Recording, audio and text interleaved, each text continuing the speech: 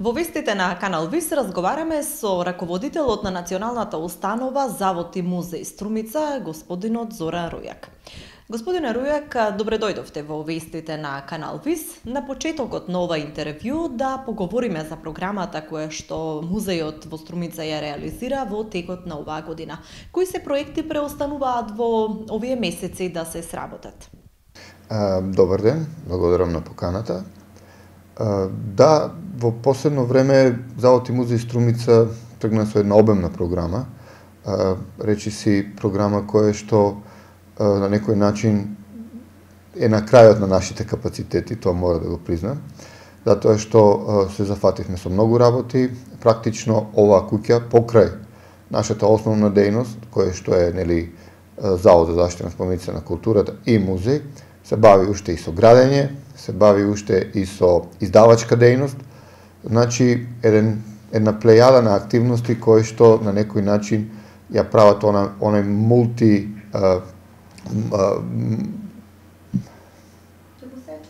да.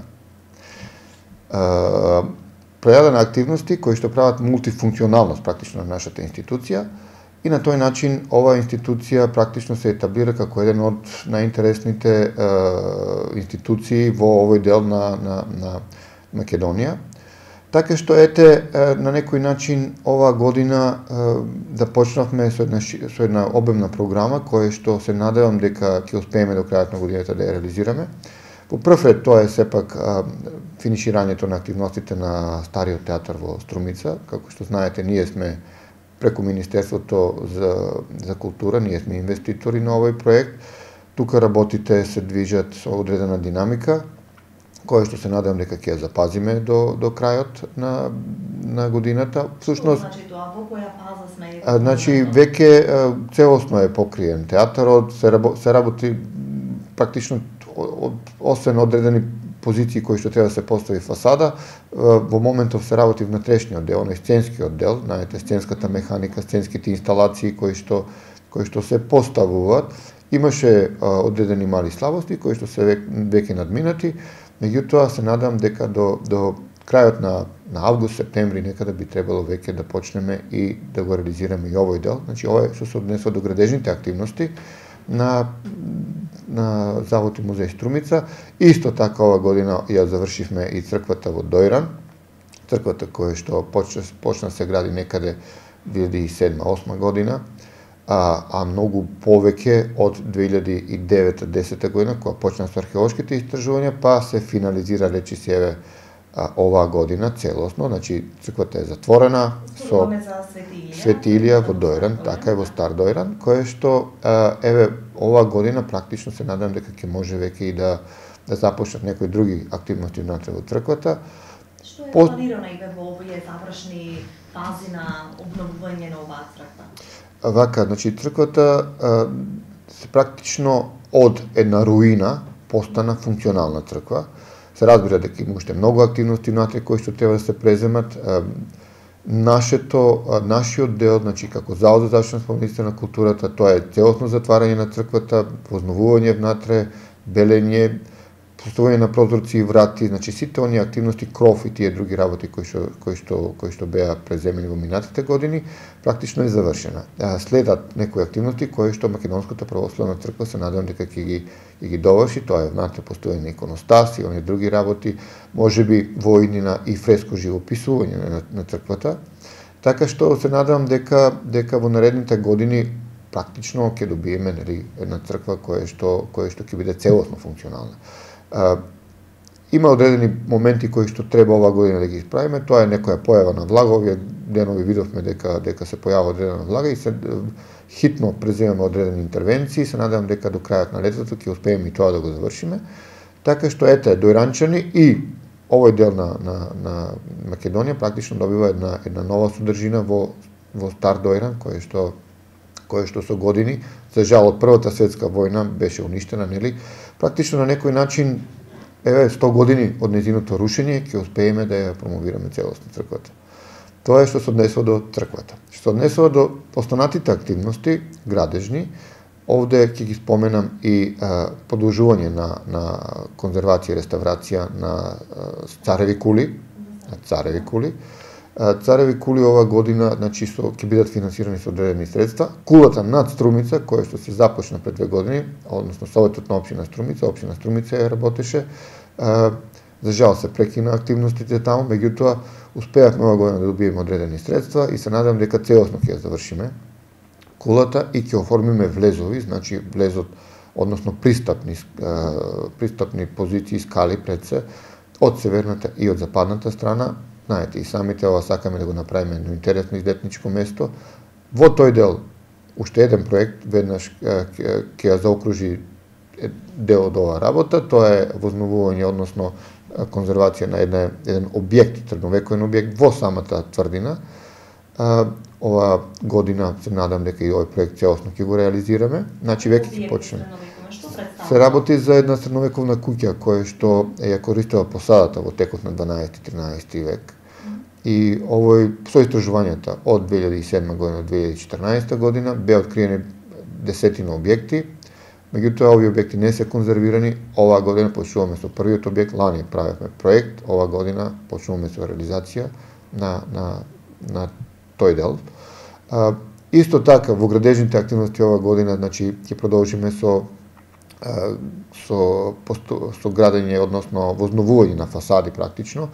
Во Струмица на Старата чаршија ќе почнеме со 2 проекти. Едниот е проект кој што ќе ги вознови оние преостанатите 2-3 куки кои што се на истата линија како првите куки што ги возновивме лани 2016 година. Се надеваме дека со ова ќе го заокружиме наредната година целиот оној дел на Старата чаршија, оној јужниот дел на Старата чаршија практично, а од наредната година правиме проекти за северниот дел на Старата чаршија, кој што една по една куќите... Има таму кои што може да се реставрираат? Па едно десетина објекти треба да се реставрираат. Оваа година ги завршивме, значи, оваа година заврши одредени активности поврзани со добивање на конзерваторски одобренија за некои приватни субјекти кои што сакат сами да си ги возноват куќите. Така во моментов имаме една таква активност. Покрај, значи, Министерство за култура и приватниот сектор е заинтересиран за овие активности. Нормално за тоа требаше една подготовка пред се конзерваторски проекти и тие работи кои што нашиот музеј ги изготви. Така што се надам дека покрај ние и приватниот сектор ќе успее неколку објекти таму да заврши. Практично се надам веќе до крајот на оваа деценија, значи 2019-2020 година, дека целосно ќе биде возновена Старата чаршија во Струмица. Што е еден убав проект, практично ќе добиеме она старото урбано јадро на Струмица, ќе го добиеме во нов лик, нормално дека ќе блесне. Исто така, ние сме како завод делуваме на пошироката територија на Југоисточна Македонија, така ги опфаќаме Гевгелија и Дојра, нели? Во Гевгелија ова година ќе го реализираме проектот на возновување на Андреевиот конак. Тоа е една многу убава куќа која што за жал целосно фасадата целосно е уништена. Имаме прекрасен проект, лани се одобри тој проект, ова година почнуваме со реализација, се надам веќе некаде од летото дека ќе почнеме и со овој проект да го реализираме. Значи тоа е што се однесува до градежните активности. До археолошките активности. Да, археолошките активности, да. Ова година, за разлика од лани и полани, ова година почнуваме со нови активности. Едниот е истражување на така наречениот локалитет Китка. Тоа е веднаш над Банско, значи веќе Банско термата ова година паузираме, ќе го работиме тврдината, односно крепоста над Банско, Китка. Зошто ја работиме? Затоа што има еден податок кај Скилица кој што зборува дека византискиот цар Василий II, кога го поразил на Самуил на 29 јули 2014 година, тргнал кон Струмица, попат ги запалил 2 тврдини, едната била Мацукион, другата била Термица. Мислиме, односно имаме одредени сознанија, дека токму тврдината крепоста Китка над Банско била таа Термица, па се надевам дека ќе успееме да го фатиме тој слој. И уште еден локалитет ова година кој што ќе го работиме, тоа се локалитетите, односно тоа се ни 2 могили на патот Струмица Радовиш, од левата страна во близина на Владевци, всушност се наоѓа во атерот на Градашорци. Меѓутоа од левата страна се наоѓа Мислевме дека се работи за могили од праисториски, меѓутоа изгледа дека се работи за населба и тоа доста бронзенодопска населба. Дали ќе продолжи работата на рудникот Иловица ако се испостави дека таму има вреден и значаен археолошки локалитет? Каква е праксата во тој случај? Таму имаме веќе 4-5 локалитети кои што ги знаеме, значи пред да се извршат сите оние активности околу копањето на окна, на поставувањето, градежни активности, поставувањето на оние објекти и колку што знаме одредена брана таму ќе биде некој кај што ќе се депонира она руда, па брана кај што ќе се чисти. Сите овие делови содржат одредени активности, односно одредени содржини културни пред се. Пред да ги почнат да го работат тоа, мораме ние археолозите да поминеме. Веќе 2-3 години работиме на овој проект. Со сите активности припремни сме при крај, така што ако почнат активностите таму, ќе видиме, нормално знаете и сами дека се е подмирување, ако почнеме таму, ако тргнат работиве, ќе се надевам дека веќе ова година, втората половина ова година, дека ќе го вршиме и тоа ископување. Тоа ќе биде поширок, поголем проект кој што ќе трае најверојатно наредните година-две прилика. Какви се наводите за таму? Што очекувате да најдете? Вака имаме неколку крепости, најмалку 2 крепости имаме. Имаме објекти кои што се најверојатно некои населби, дури имаме сознание за одредени некрополи, така што едно 4 објекти, 4 локалитети се веќе речиси сигурни. Имаме сознание за уште 2, меѓутоа пред да почнеме со истражувањата, со оние капиталните истражувања, со оние вистинските истражувања, ќе направиме сондажни истражувања, па врз основа на сондажните истражувања понатаму ќе видиме што конкретно се работи на тој локалитет.